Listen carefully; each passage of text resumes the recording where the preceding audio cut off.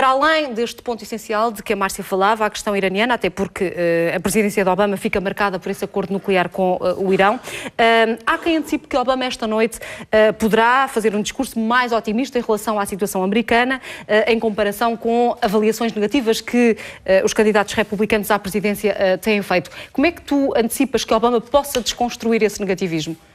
Desde logo com uma mensagem de que alguns dos objetivos a que ele se propôs, se ainda não foram atingidos, podem vir a ser atingidos muito em breve. E se houver alguma extensão daquilo que foram as suas estratégias e daquilo que é a sua ideia para o país. Tradicionalmente, o último discurso do Estado da Nação de uma legislatura, de um mandato, é um discurso que tenta também condicionar a campanha eleitoral. E, tradicionalmente também, e percebe-se porquê, para dar vantagem aos candidatos do partido que está nessa altura no poder. Ora, é isso que eventualmente Obama tentará fazer, isto é, rejeitar e contrariar o discurso muito negativista por parte dos republicanos, dando lastro àquilo que é a mensagem mais otimista por parte de alguns candidatos do Partido Democrata.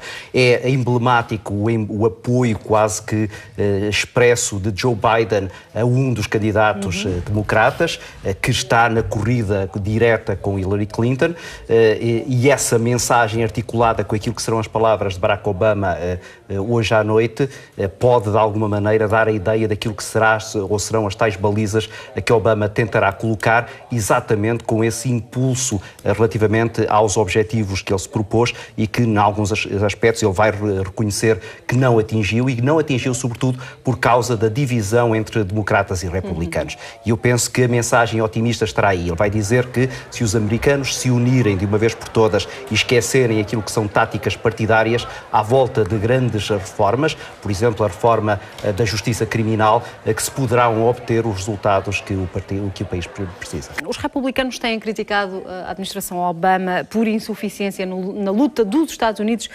contra o Estado Islâmico. O que é que terá o Presidente a dizer esta noite à América e ao mundo sobre o terrorismo e sobre o Estado Islâmico?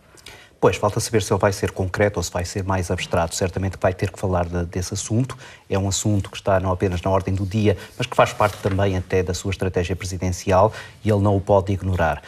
A minha dúvida, a dúvida dos americanos, de alguma forma, é porque a Casa Branca já divulgou alguns excertos do discurso, mas não a totalidade, não sabemos ainda o que é que lá estará escrito.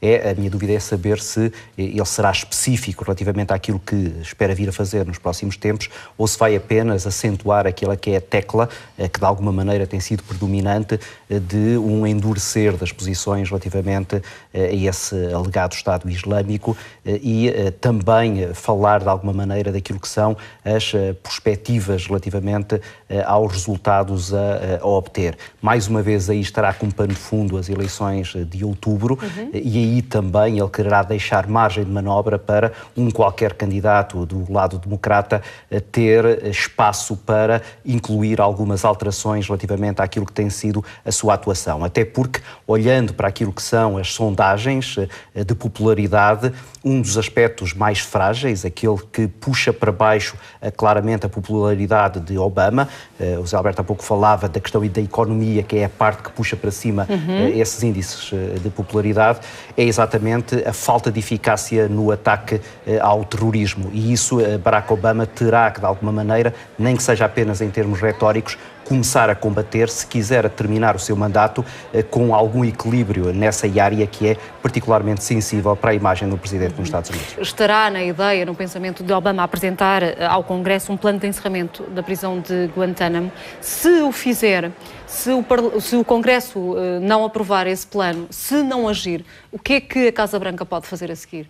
Pois, ele já tem muito pouco tempo e, sobretudo, falaste agora na questão central, que é, tem uma Câmara de Congresso e uma Câmara de Senado que lhe é desfavorável. Ao contrário do que aconteceu quando ele começou o seu primeiro mandato, em que tinha ambas as casas do lado democrata, com Nancy Pelosi a aparecer ao seu lado, por exemplo, nos discursos do Estado da Nação. Agora está um senador do Wisconsin e um Congresso e um Senado claramente hostis àquilo que é a política de Obama, e que ainda acentuarão essa hostilidade tendo em conta as tais eleições de outubro, e portanto fecharão o mais possível as portas a qualquer possibilidade, por exemplo, de Obama tentar uma qualquer manobra que seja popular e que dê alguma vantagem, quer a si, quer aos candidatos que agora poderão estar debaixo do guarda-chuva do Partido Democrata. Tu partilhas das críticas daquelas pessoas que dizem que Obama, se realmente tivesse querido, já tinha fechado a prisão de Guantánamo, mas que, tendo percebido que isso não seria fácil, optou, por adotar ou por seguir o caminho da boa vontade, em vez de seguir o caminho da resistência e da obstinação? O jogo que está por detrás de Guantánamo é muito, muito complexo. Não teríamos aqui tempo sequer para o discutir, eu próprio não conheço em muita profundidade. Daquilo que eu li, percebi que há muitas variáveis acopladas a esse caso que tornam uma decisão presidencial extremamente difícil. E, portanto, imagino que Obama, perante alguma dificuldade, tenha feito esse jogo de negociação, isto é, em determinados momentos deu isso como moeda de troca, noutros momentos fez disso uma espécie de bandeira e, quando foi preciso ser realmente realista, fez aquilo que era possível fazer e, como há pouco o Zé Alberto lembrava, o número de prisioneiros diminuiu substancialmente e, na verdade, agora o tal salto para o encerramento completo estará um pouco mais próximo. Ainda recuperando estes apelos às mudanças no processo político, que dependem de todos enquanto cidadãos, este apelo para que o dinheiro pese menos nas decisões políticas, o apelo à cooperação, à elevação do debate em Washington, ao envolvimento de todos em busca de melhores políticas e ao facilitar do sistema de voto, que leitura é que tu fazes destes recados? Este é um discurso que é, na forma, muito otimista, mas depois no conteúdo muito resignado. Se repararmos, ele toca aqui em aspectos onde ele diz que, na verdade, o objetivo está muito próximo e que mais um passo e nós conseguimos atingir esses ideais que, na visão de Obama, levarão os Estados Unidos no caminho que têm traçado até agora de serem não apenas a nação mais forte do planeta, mas também aquela com maior justiça social, mas, ao mesmo tempo, reconhecendo que há enormes dificuldades para dar esse tal último passo. E, na parte final do discurso, ele explica porque essa resignação, porque repete uma, outra e outra vez que isto é muito difícil. E o que é muito difícil? Pôr os partidos a entenderem-se no Congresso e no Senado. E não havendo esse acordo, não havendo esse entendimento, tudo aquilo que está a um passo de ser atingido pode ficar a uma infinitude de distância de ser alcançado.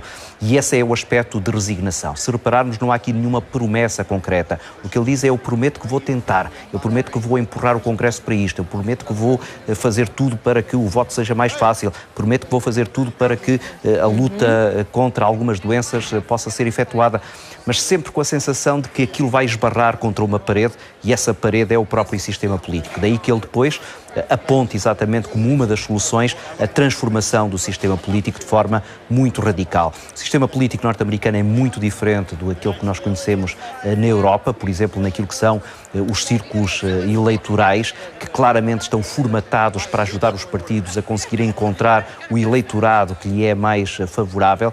Ele quer dar a volta a isso. Ele diz: vamos alterar tudo isso de maneira a que sejam as pessoas a escolher os políticos e não os políticos a escolher as pessoas. Isto pode parecer apenas retórica, mas se alguma vez for implementado, terá transformações muito, muito substanciais.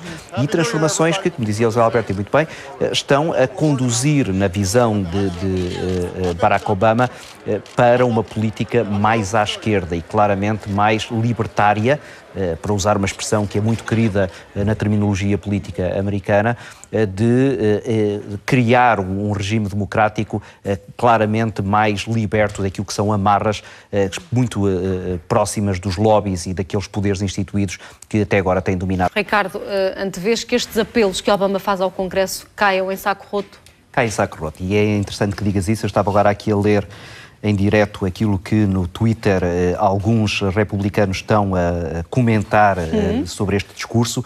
Rand Paul, um senador, um congressista, aliás, muito, muito conhecido, a dizer: se lá estivesse, gritaria, estás a mentir, dizendo que grande parte daquilo que ele ali disse era uma mentira. Jeb Bush a dizer uma América mais segura, então com o ISIS a crescer, com a Coreia do Norte a testar ataques nucleares, com a Síria no caos, estaremos mais seguros perante isso. E depois, interessante, Donald Trump, conhecido pela sua retórica muito dura, a dizer que este discurso foi muito chato, muito adormecedor para o eleitorado. Isto é claramente uma posição de hostilidade a Barack Obama e isto mostra porque é que ele está tão resignado, isto mostra porque é que qualquer destes apelos que ele aqui tenha lançado, muito provavelmente, como tu dizes bem, vai cair em saco roto. Agora, fica aqui claramente também um programa eleitoral para o próximo candidato democrata. Aliás, ele disse que falou para os próximos 5 anos. Para os próximos 5 anos. Lembra aqui um pouco até António Costa e o programa para os 10 anos.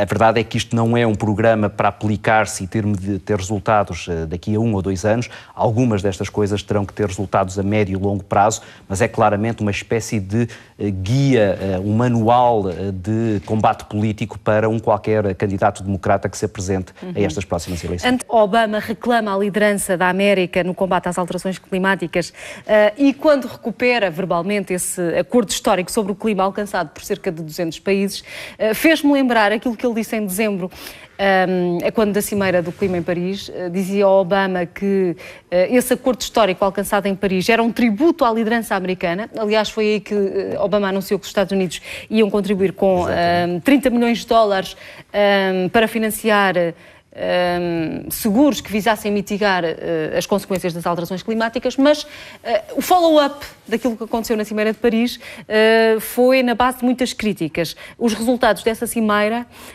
terão sido frouxos por 3 ordens de razão. O acordo não é vinculativo, por um lado, depende da boa vontade de cada país. Definiu-se um limite para o aumento da temperatura global, mas acaba por não se definir metas para reduzir as emissões de carbono. E, por outro lado, a responsabilidade dos problemas na resolução das alterações climáticas continua a recair sobre os países desenvolvidos e os países não desenvolvidos, ao fim e ao cabo, acabam por poder conseguir ou poder continuar a cometer os mesmos erros que os países ricos cometeram. O que é que Obama está a reclamar, no fundo, se as coisas não são como os políticos as têm pintado? Fez uma coisa inteligente, colocou o debate não apenas na questão ecológica, mas sobretudo até na questão económica, dizendo assim, vamos até dar de barato que os últimos anos não foram os mais quentes dos últimos 100 anos. Vamos até assumir que eventualmente alguns cientistas não estão corretos na apreciação que fazem, mas será que os Estados Unidos querem continuar a apostar em energias que fazem parte do passado? Não vamos perder a oportunidade de começar a fazer apostas nas energias renováveis, que são indubitavelmente as energias do próximo século. E aí, de alguma maneira, Obama faz, quanto a mim, inteligentemente, uma deslocação do debate para aquilo em que os americanos, mesmo os mais céticos relativamente àquilo que deve ser o combate a esta crise ecológica, são sensíveis, que é a questão da rentabilidade, a questão da eficácia financeira, económica destas medidas. E isso, eventualmente, pode abrir aí uma porta de oportunidade muito boa para quer republicanos, quer democratas se entenderem sobre estas matérias. Isto é, independentemente de todas essas objeções que tu aí colocaste e muito bem, aquilo que me parece que é mais ou menos consensual é que claramente num futuro a médio e longo prazo estas energias renováveis, se forem devidamente exploradas, serão muito mais eficazes do ponto de vista financeiro e económico do que as energias que temos usado até agora.